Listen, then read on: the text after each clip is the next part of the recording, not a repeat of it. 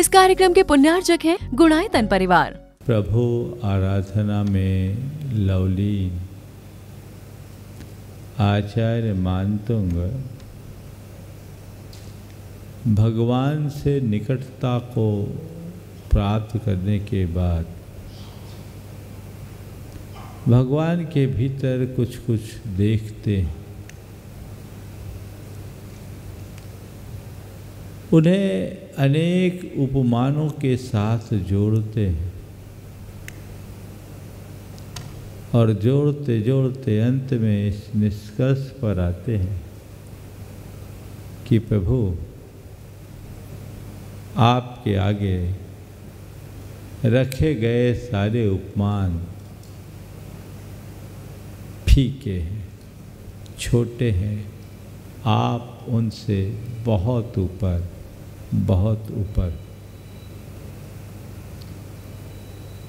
वे भगवान के भीतर एक दीप देखते हैं, एक ऐसा दीप जो मृणमय दीपों से अलग है। हम जब कभी भी किसी दीप को देखते हैं तो दीप में क्या होता है?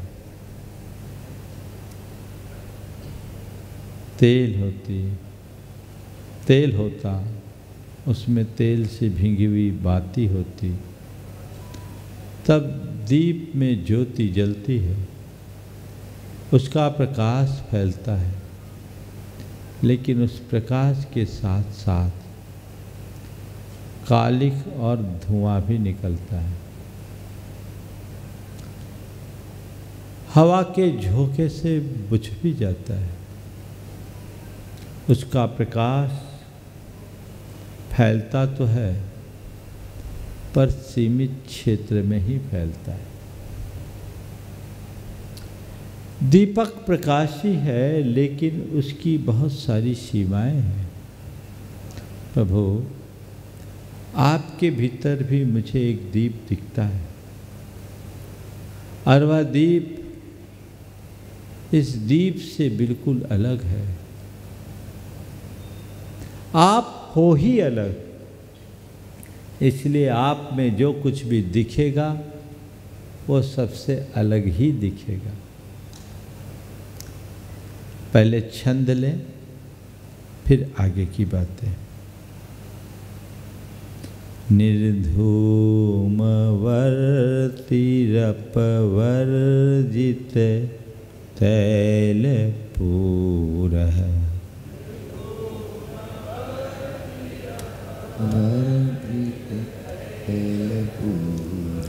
कृष्णं जगत्त्रयमिदं प्रकटीकरोषि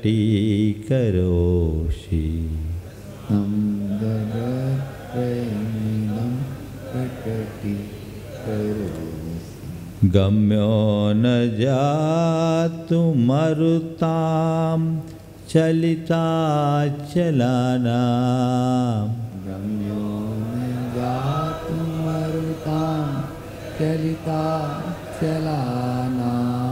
दीपो परस्तमसि नाथ जगत प्रकाश दीपो परस्तमसि नाथ जगत प्रकाश है।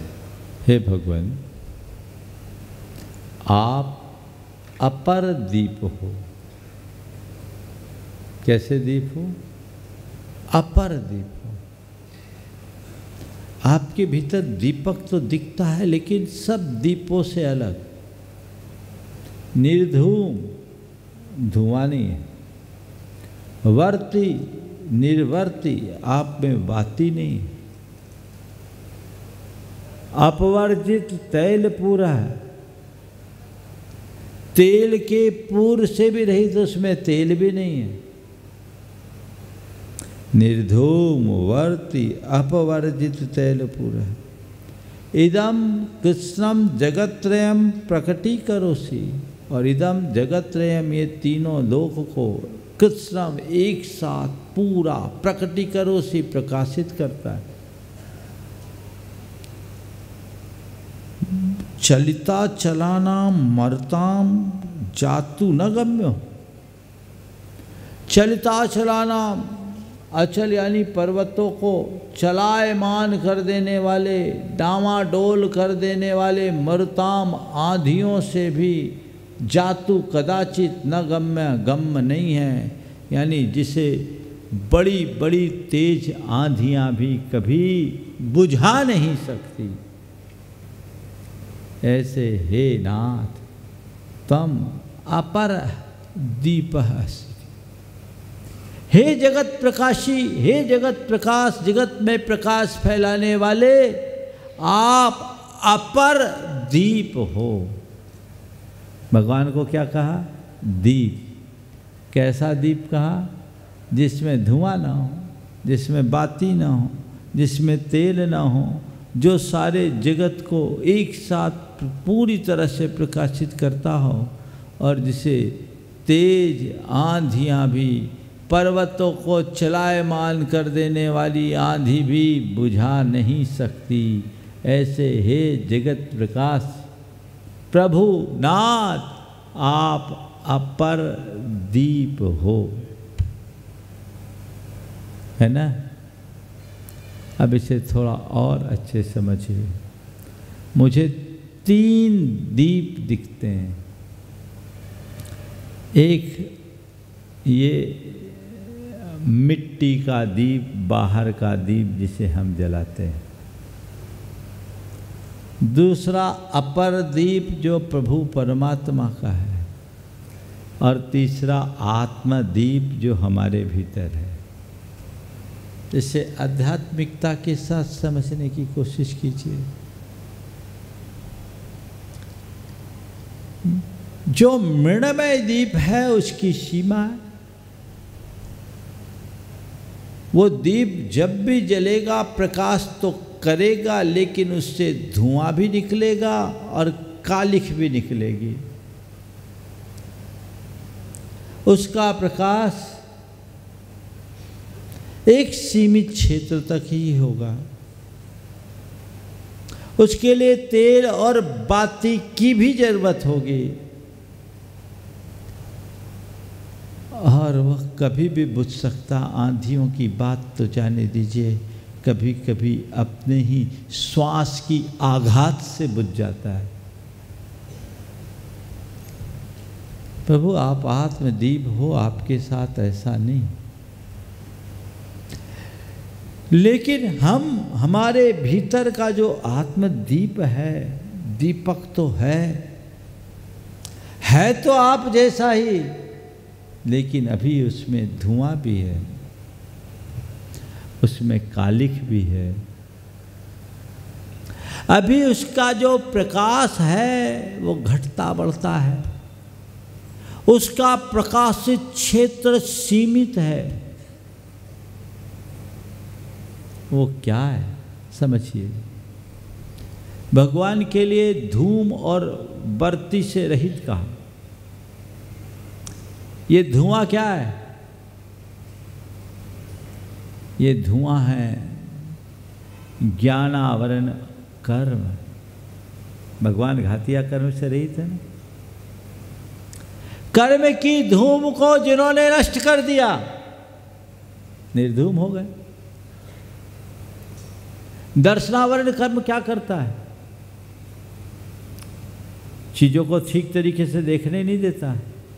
कहीं ज़्यादा धुआं हो तो हमें चीज़ें साफ साफ दिखाई देती है क्या? तो ये धूम है दर्शनावरण कर्म। उससे जो धुंधलापन निकल रहा है, ये दर्शनावरण कर्म।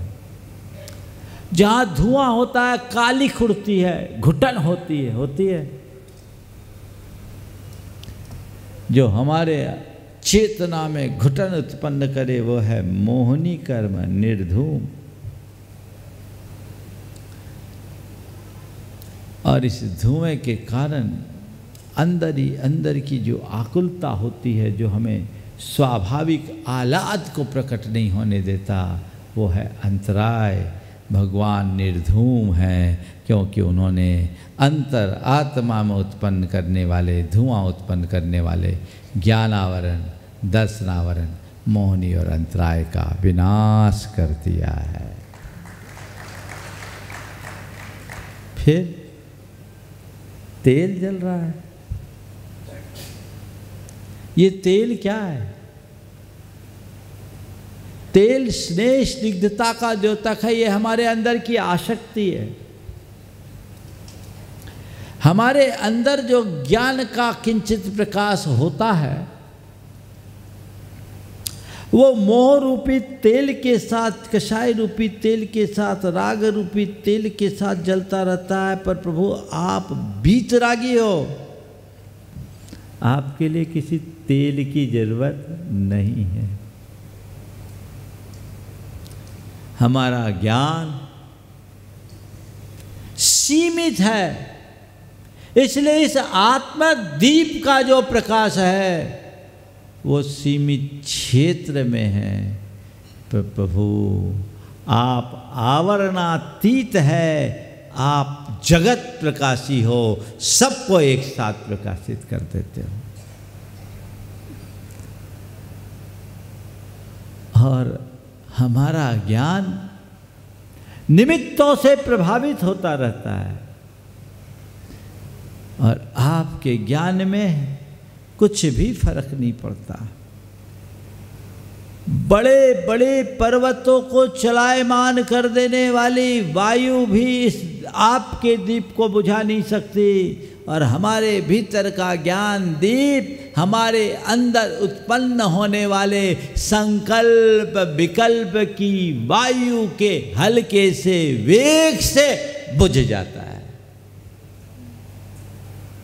मन में संकल्प विकल्प जगता है, सारा ज्ञान तिरोहित हो जाता है।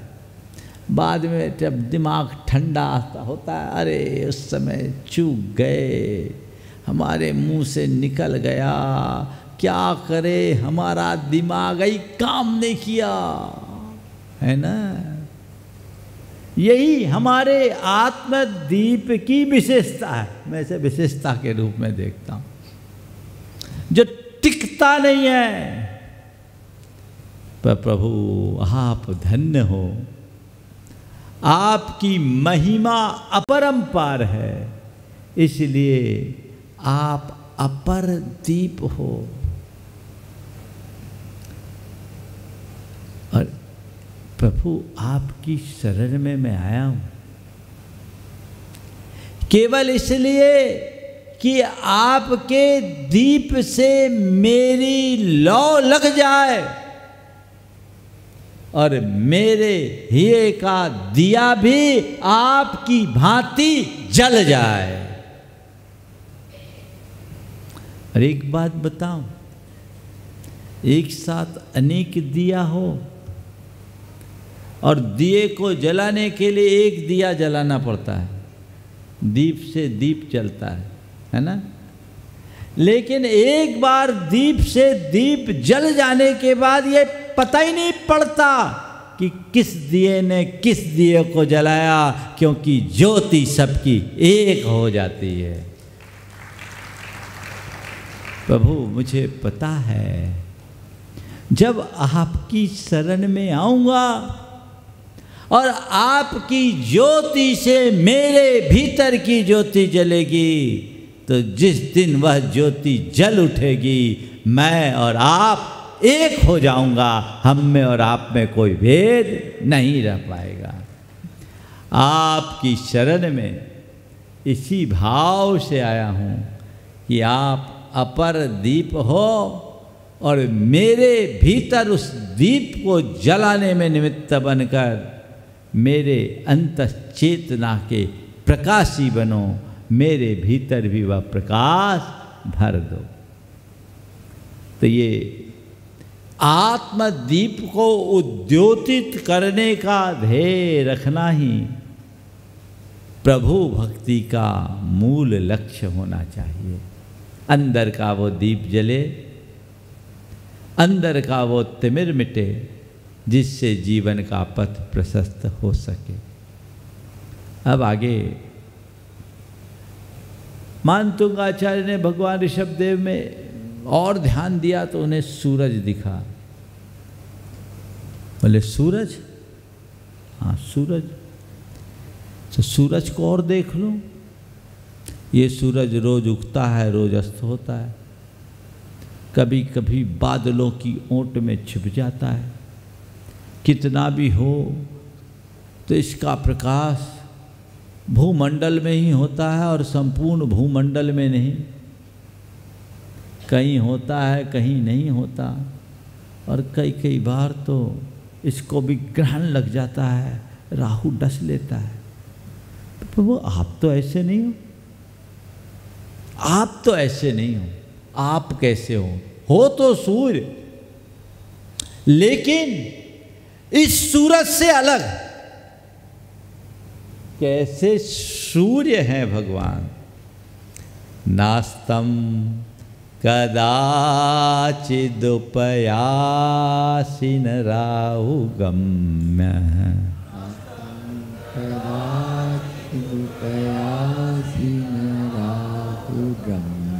नास्तम कदाचिदुपयासिन राहु गम्य।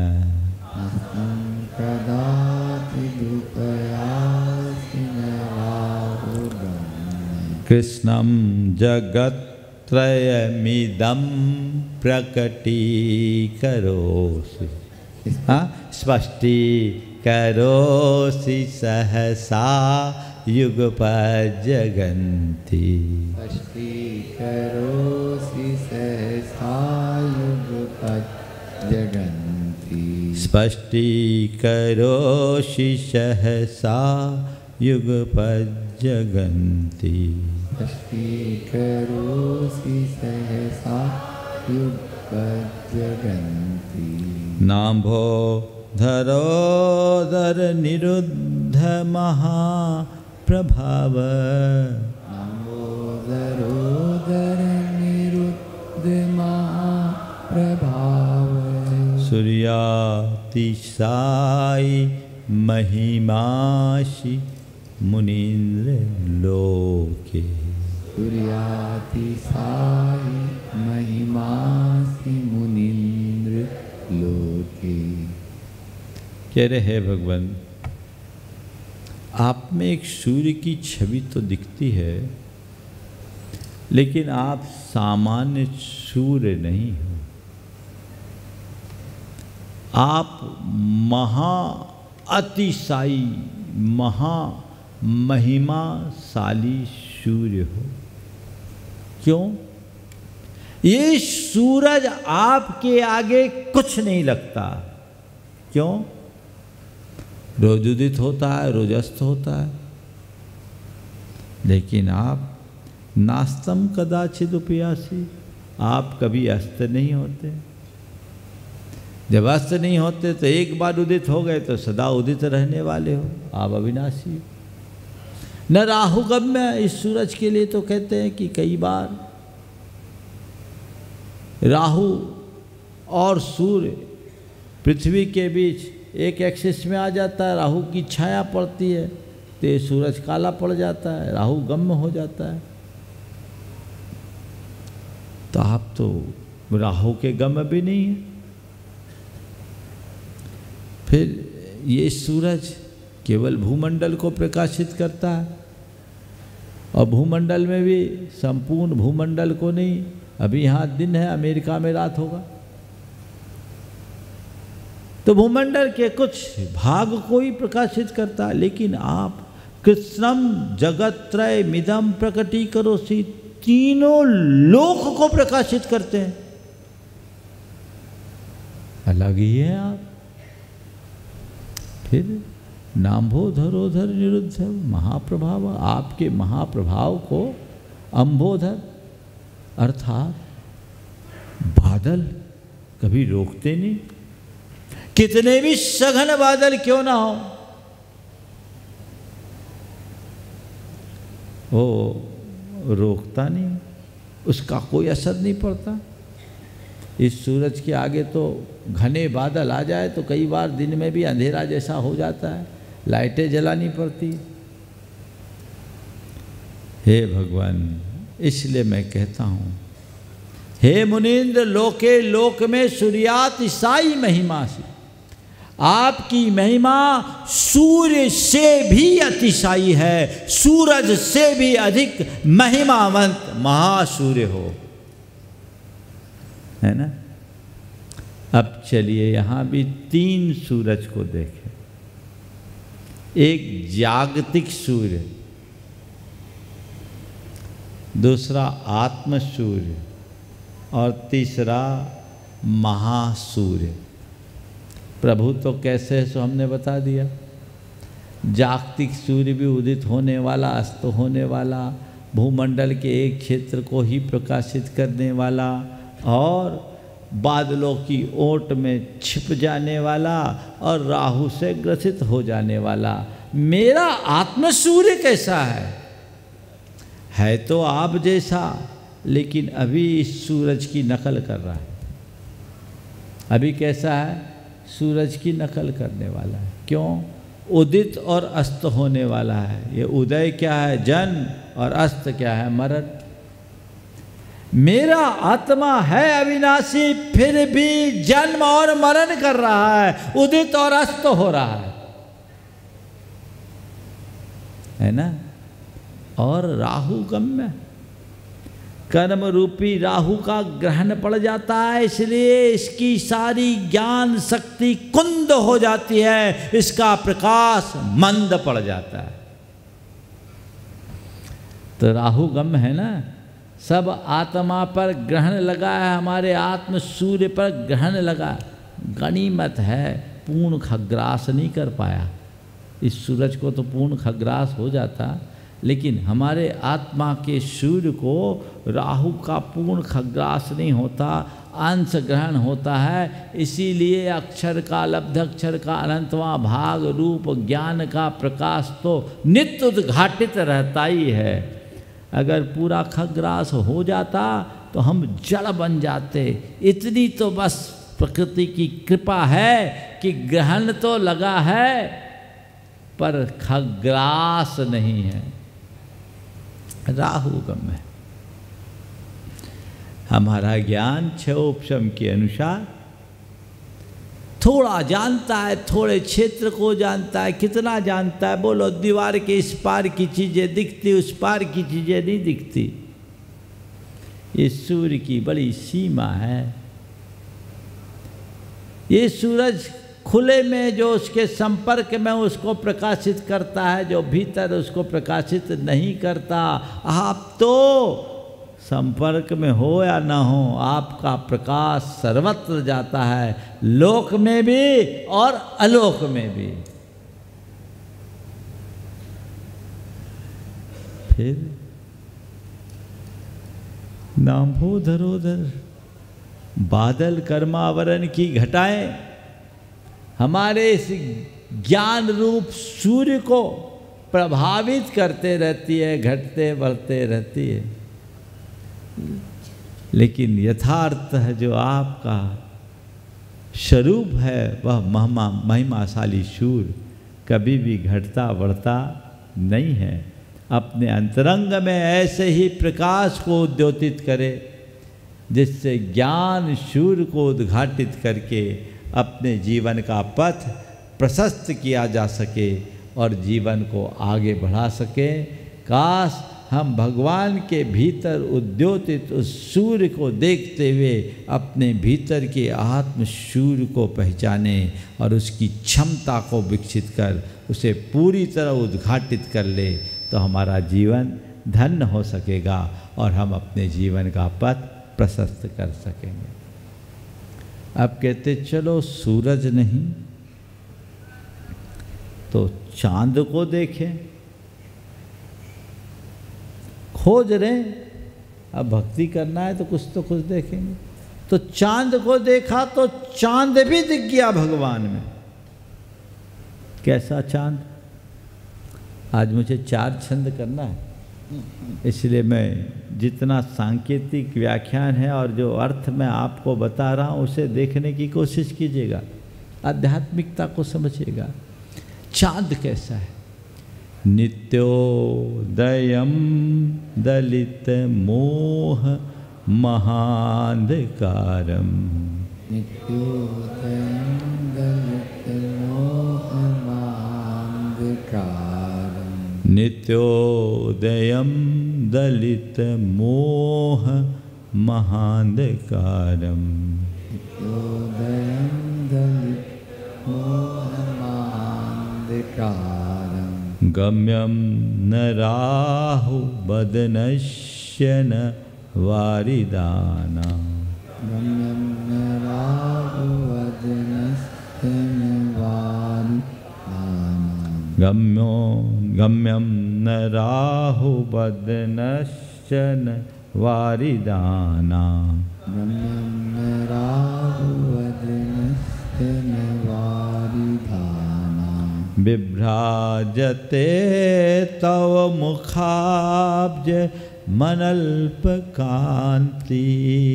विभ्राजते तव मुखाब्ज मनल्पकान्ति, बिभ्राजते तव मुखाब्ज मनल्पकान्ति, विभ्राजते तव मुखाब्ज मनल्पकान्ति, विद्योतयत् जगदपूर्व शशांक बिंबम, विद्योतयत् जगदपूर्व शशांकबिम्बम्, विद्योतयत् जगदपूर्व शशांक बिंब, विद्योतयत् जगदपूर्व शशांकबिम्बम्। हे भगवान, आपके भीतर हमें एक चंद्रमा दिखता है, लेकिन ये चंद्रमा वो नहीं जो आकाश पर उगता है। उस चंद्र से हटकर आपके भीतर मुझे एक अपूर्व चंद्र दिखता है। ये चंद्रमा कैसा है? उदित होने वाला, अस्त होने वाला। इसकी कलाएँ घटती है, बढ़ती है। कृष्ण पक्ष में घटती है, शुक्ल पक्ष में बढ़ती है। ये पूर्णिमा से अमावस के रूप में परिवर्तित हो जाता है। अंधेरा नष्ट करता है, लेकिन केवल इस भूमंडल के कुछ क्षेत्र का। आपके भीतर मुझे एक ऐसा चांद दिखता है जो नित्य ही उदित रहता है और मोह रूपी महाअंधकार को नष्ट करता है। दलित मोह महाअंधकारम, नित्योदयम दलित मोह महाअंधकारम, मोह रूपी महाअंधकार को नष्ट करता है। गम्यम न राहु वदनश्य न बारिदाना, और न तो कभी राहु के मुख में जाता है, न तो उस पर कभी ग्रहण लगता है, और न ही कभी बादलों की ओट में आता है।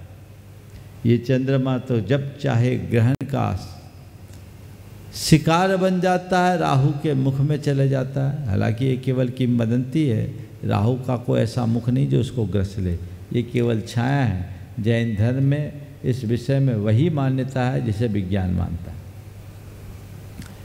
न वारिदाना, बादलों की ओट में भी नहीं जाता है।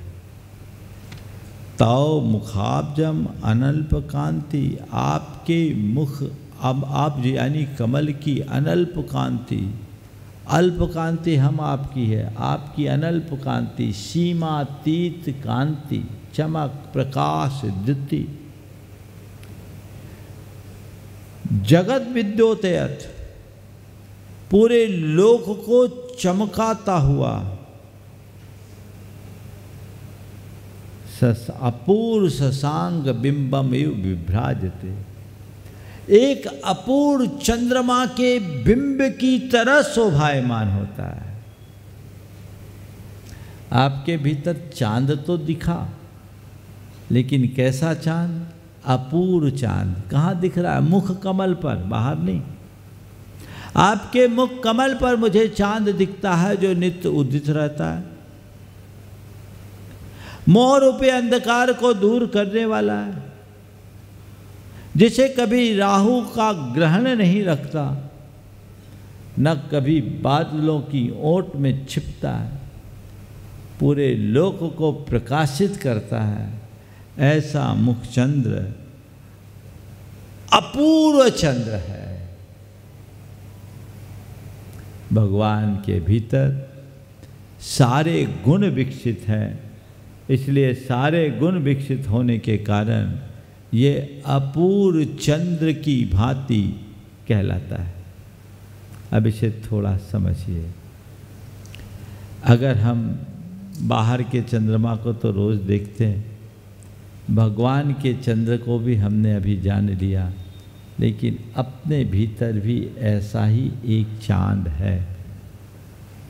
वो चांद कैसा है? चांद चांदनी करता है, प्रकाश फैलाता है। हमारी चेतना के ज्ञान की किरणें ही आत्मचंद्र का प्रकाश है, लेकिन हमारा चंद्र प्रकाश नित्य उदित नहीं रहता, घटता बढ़ता रहता है, सदैव एक सा नहीं रहता।